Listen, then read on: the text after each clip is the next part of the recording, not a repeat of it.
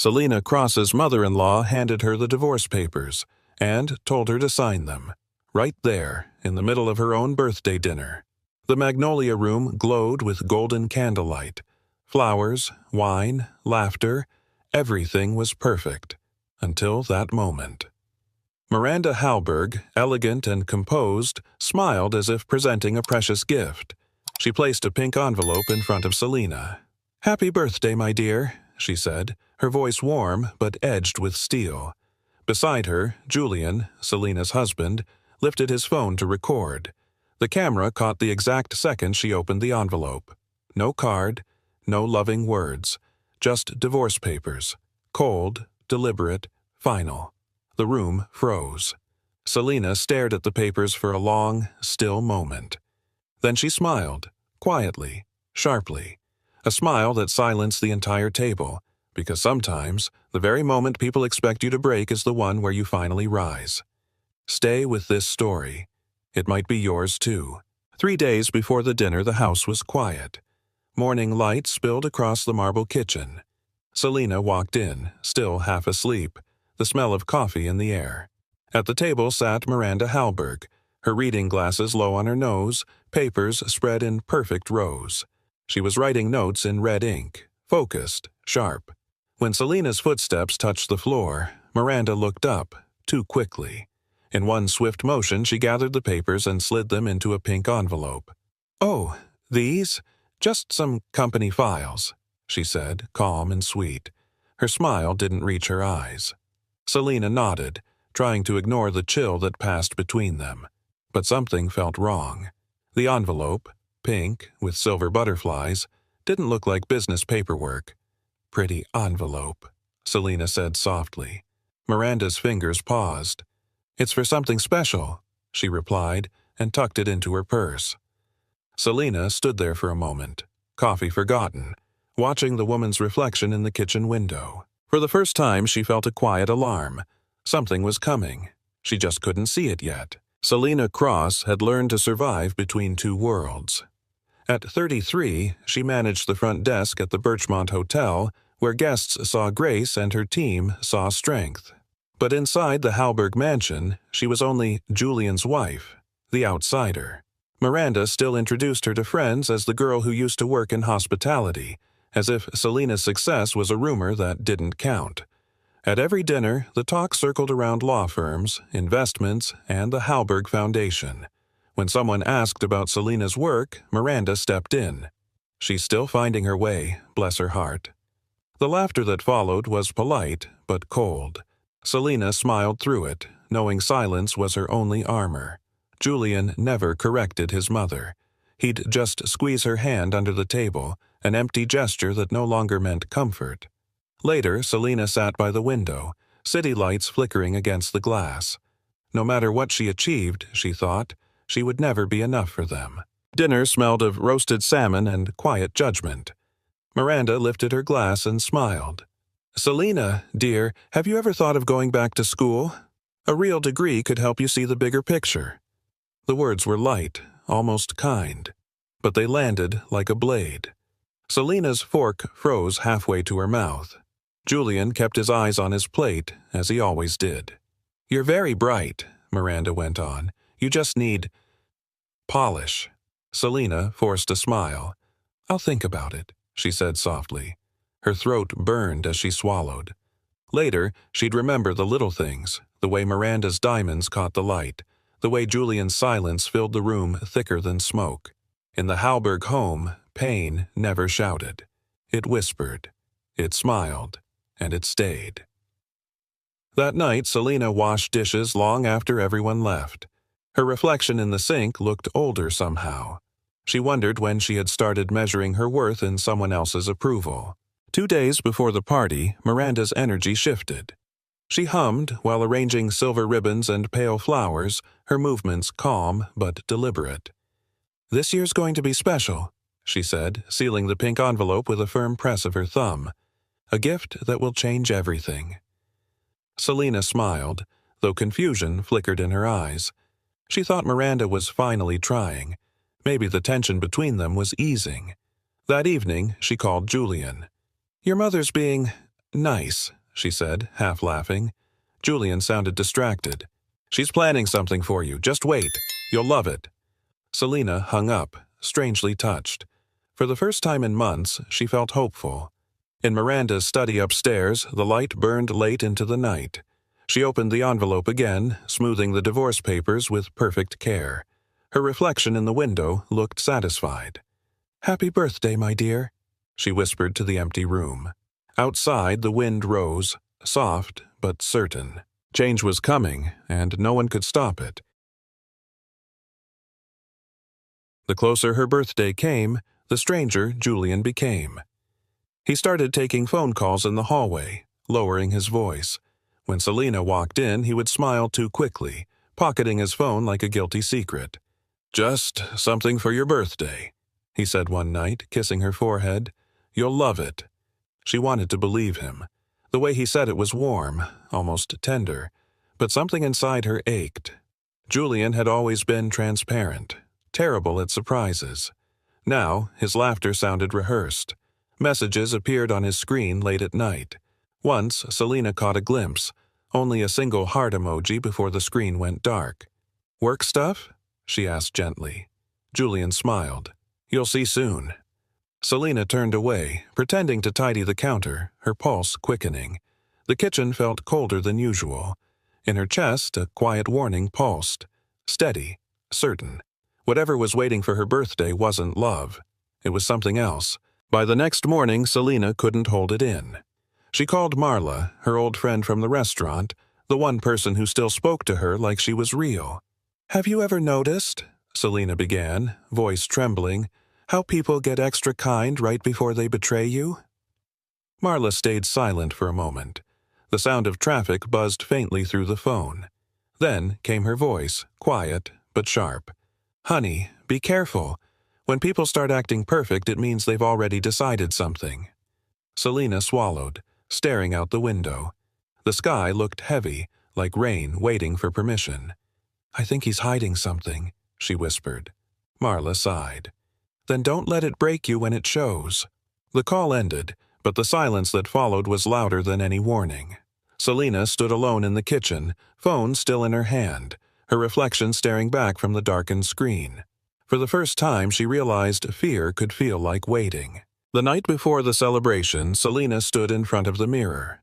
A navy dress hung perfectly against her frame, smooth, elegant, safe, the kind of dress Miranda might approve of. She fixed her hair again and again until it looked effortless. The woman in the mirror smiled, but the smile didn't belong to her. She used to laugh easily. At work, with guests, with Marla over late coffee shifts. Now her laugh was measured, her words chosen carefully, her presence rehearsed. Behind her, the bedroom glowed in soft yellow light. On the dresser sat her makeup, her wedding ring, a life arranged neatly into boxes. She touched the mirror, fingertips leaving faint prints. "Just make it through tomorrow," she whispered. The reflection looked back at her with eyes that no longer knew who she was. Selena straightened her shoulders, adjusted her earrings, and turned off the light.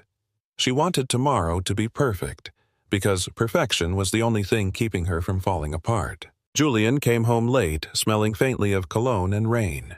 He found Selena folding napkins for the dinner, her movements slow and tired. Without a word, he walked over and pulled her into his arms. She froze for a second, then let herself lean against him. "I love you," he murmured against her hair. His voice was soft, but something in it felt like goodbye. When she didn't answer, he added quietly, "Tomorrow. You'll remember it for the rest of your life." Selena smiled weakly. "That sounds dramatic." Julian laughed, but his eyes didn't.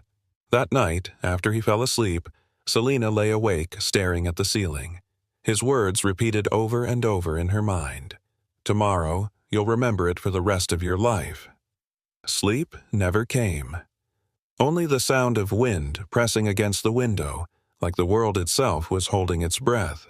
The magnolia room glittered in candlelight and silver. Music drifted through the air, soft jazz mixing with laughter and the clink of glasses. Selena sat at the long table surrounded by friends, in-laws, people she barely knew. Miranda smiled beside her, flawless as ever, diamonds catching the light. Across the table, Julian looked restless, checking his phone again and again. "Everyone's almost here," Miranda said sweetly. "This is going to be unforgettable." Selena smiled back, though her chest felt tight. Every detail was perfect. Too perfect. The flowers, the matching napkins, the expensive wine she'd never liked. She caught Julian whispering to his sister, both of them glancing her way. The unease she'd felt all week came roaring back. Still, she straightened her posture, forced a polite smile, and lifted her glass. If they wanted a show, she'd give them one. What Selena didn't know was that this wasn't a birthday dinner. It was her farewell party, planned by the people who claimed to love her most. Miranda rose slowly from her chair, her smile calm, voice smooth as silk. "Selena, my dear," she began, hands folded over a pale pink envelope. "From the bottom of my heart, I have a gift from all of us." The chatter around the table quieted. Glasses lowered. Chairs creaked softly as people leaned in. The light above caught the shimmer of Miranda's pearls as she stepped closer.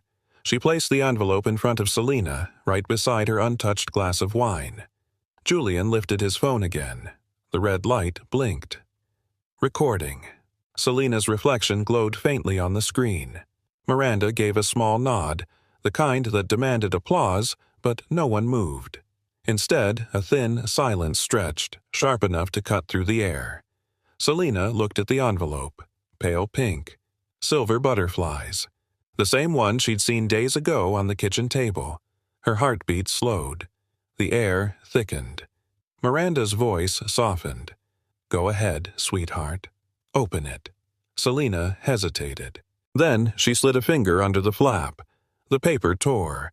A flash from Julian's camera lit her face, and the room held its breath. Inside the envelope, there was no card, no gift certificate, only white legal pages stamped with a lawyer's seal. Divorce papers. Selena stared at them, the words floating, unreal. Her fingers trembled slightly, the soft rustle of paper the only sound in the room. 1 second. 2. 3. Then Miranda's laugh broke the silence. Light, polished, cruel. "This is what's best for everyone," she said softly, as if offering comfort. No one spoke. Forks lay abandoned. Even the waiters froze near the doorway, uncertain whether to move. Selena's chest felt hollow, her heartbeat echoing somewhere far away. The room blurred at the edges. Faces, candles, camera lens, all melting into one heavy haze. Across from her, Julian adjusted the phone, zooming closer. He wanted the tears, the humiliation. But Selena didn't cry. She just looked at Miranda, and something inside her, the part that used to beg for love, quietly died. Julian kept recording. His face expressionless, the camera steady in his hands. Selena watched him through the lens, realizing he hadn't looked her in the eye once that night. Not when she walked in. Not when his mother spoke. Not now. For months, she'd wondered if he was changing, if the distance was just stress or family pressure. Now she knew. It wasn't stress, it was choice. The man she'd trusted most was filming her downfall like it was a performance. The phone's small red light blinked like a pulse, proof that love had flatlined long ago. Selena's throat tightened, but no sound came out. There was nothing left to say. She finally saw the truth. The love she had been mourning wasn't dying tonight. It had been dead for a long time. She'd just been too loyal to bury it. Selena looked down at the papers again. Then she smiled. A calm, quiet smile that made Miranda's eyes flicker. Without a word, she reached for the pen lying beside her plate. Her hand was steady. The sound of the pen scratching against paper was soft but final. She signed her name, slowly, deliberately, as if carving it into stone. No tears, no begging, just silence. When she was done, she placed the pen neatly on top of the stack and pushed the papers back across the table. Miranda blinked, surprised. This wasn't how it was supposed to go. Selena was meant to break, to plead. Instead, she sat straight, shoulders relaxed, eyes bright. the kind of calm that made people uneasy. For the first time, Miranda looked uncertain. Selena lifted her glass, took a slow sip of wine, and said nothing. Julian lowered his phone, his mouth dry. "Wait, aren't you going to ask why?" he stammered. Selena stood up, smoothing her dress. Her chair scraped softly against the floor. "Why?" she repeated, her voice low, almost gentle. "Because I finally have something better." Julian frowned. "What's that supposed to mean?" Selena looked at him, then at Miranda, and smiled. "Freedom," she said simply. The word hung in the air like music. Miranda's face hardened, searching for control, but the moment was already gone. Selena gathered her purse, slipped the signed papers inside, and turned toward the door. Every step she took sounded louder than the murmurs behind her. Julian called her name once, but she didn't stop. When the restaurant door closed behind her, the sound was soft, but it felt like thunder. Selena Cross had just walked out of her own destruction, untouched. Selena paused at the doorway. Then she turned back, her calm never breaking. "Oh, before I go," she said, her voice clear and steady, "I have a gift too." She reached into her purse and pulled out a crisp white envelope, the company seal gleaming under the chandelier light. Every eye followed her hand. "It's from the Grand Regency Hotel in New York," she continued. "They've offered me a position, guest services coordinator, full housing, salary's double what I make now." The words landed like thunder in the silence. She laid the offer letter on the table beside the divorce papers. "The timing's perfect, don't you think?" she said softly. Miranda's mouth opened, but no sound came. Julian just stared at the logo, realizing what it meant.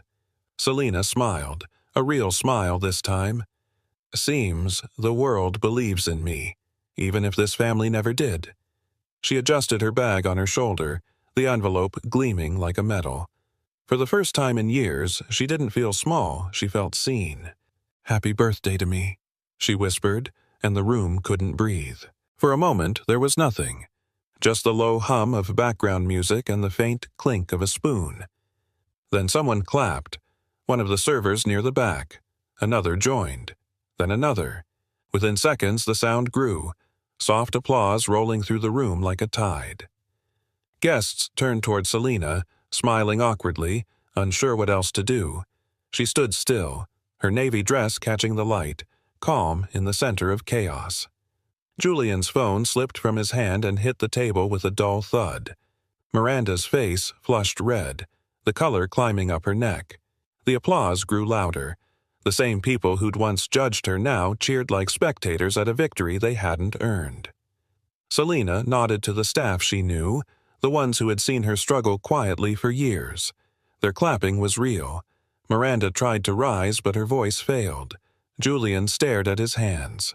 Selena simply smiled, the kind of smile that said, "You tried to bury me, but I was the seed." Afterward, the room became a blur of faces and flashes. People approached her with praise, phones out, eager for photos. "Selena, this is amazing," someone said, pretending they'd always believed in her. Even the restaurant staff gathered near, whispering her name. From behind the bar, a young server who had once worked under her at the Birchmont leaned forward. "She deserves this," she whispered to another. Miranda sat frozen, her champagne glass trembling. The bubbles hissed quietly, the only sound from her side of the table. Selena turned toward the girl who'd spoken and smiled. "Thank you," she said simply. Someone else asked about the new job, New York, luxury suites, company housing. Selena answered politely, but her heart was elsewhere. She looked around the room, this glittering stage of her humiliation, and realized something beautiful. It no longer mattered. Their approval wasn't the prize anymore. Justice had arrived, not through anger, but through proof. Selena walked through the lobby slowly, her heels echoing against the marble floor. The blue dress brushed her legs, soft and steady, like a curtain closing on an old play. Behind her, the room buzzed with low whispers. Glasses clinked. Some people laughed too loudly, pretending the night hadn't fallen apart. She didn't turn around. Outside, the air was cool and smelled faintly of rain. City lights flickered across wet pavement. Selena paused at the edge of the sidewalk, breathing it all in, the noise, the freedom, the strange peace that came after ruin. Through the restaurant window, she saw Miranda's silhouette, small, still, defeated. For once, it wasn't her burden anymore. Selena smiled faintly, tucked a strand of hair behind her ear, and kept walking. Every step carried her farther from the person she used to be. 2 weeks later, the lobby of the Grand Regency glowed like morning gold. Polished marble floors, soft piano music.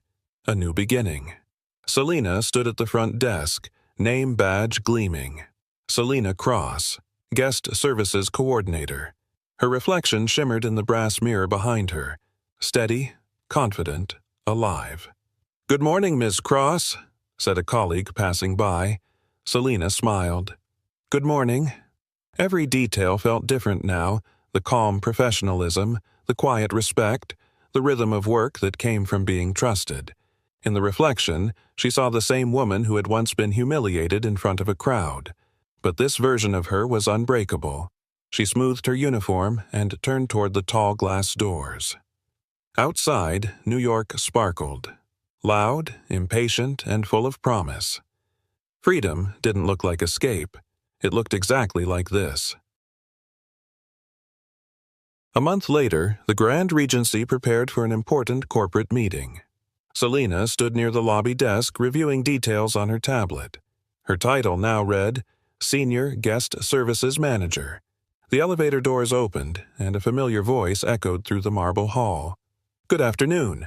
We're here for the Halberg Foundation conference." Selena looked up. Miranda Halberg stepped out, draped in her usual elegance, followed by 2 assistants. For a brief moment, the world paused. Their eyes met.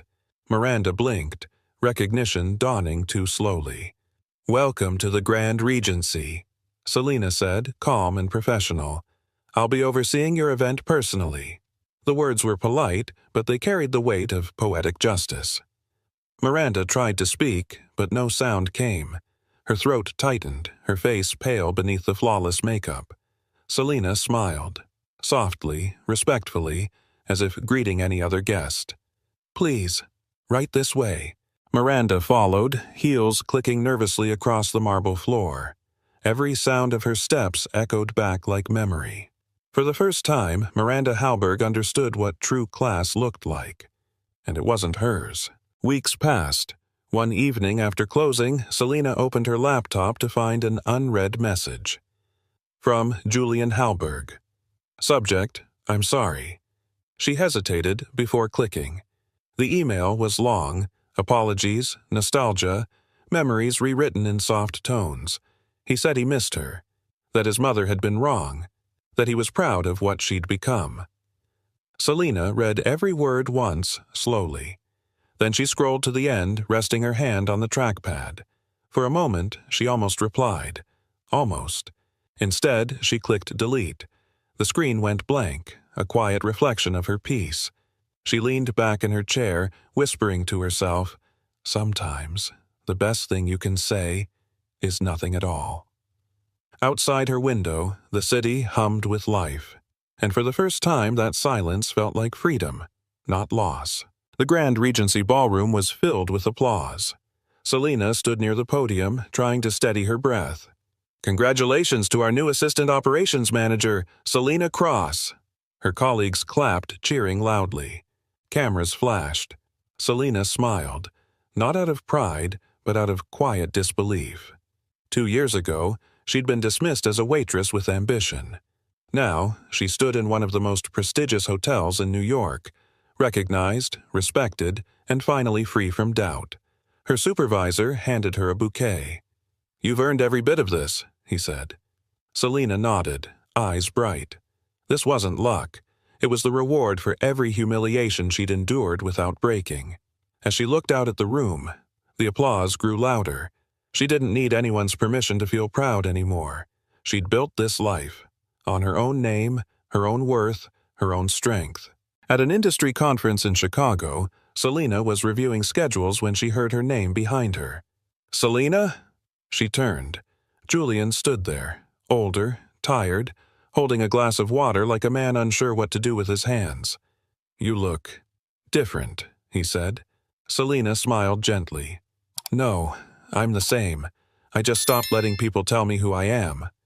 Julian tried to laugh, but it faltered. "I've missed you." She looked at him kindly, not cruelly. "I hope you find what you're looking for." He wanted to say more, but she'd already stepped toward the conference doors. "Take care, Julian," she said over her shoulder. He watched her walk away, confident, poised, untouchable. The woman he once tried to break had become everything he could never handle. And for the first time, Julian realized what real loss felt like. News spread quietly at first, a leaked video from a private event. Then, headlines exploded. "Halberg family scandal rocks local charity." The footage showed Miranda's birthday gift, captured in full view. The divorce papers, the laughter, the cold performance. Sponsors withdrew. Contracts dissolved. Her foundation lost its biggest deal overnight. Miranda watched it unfold from her office, hands trembling around a cup of tea. The same video she'd once thought was her triumph was now her undoing. Her assistant entered, hesitant.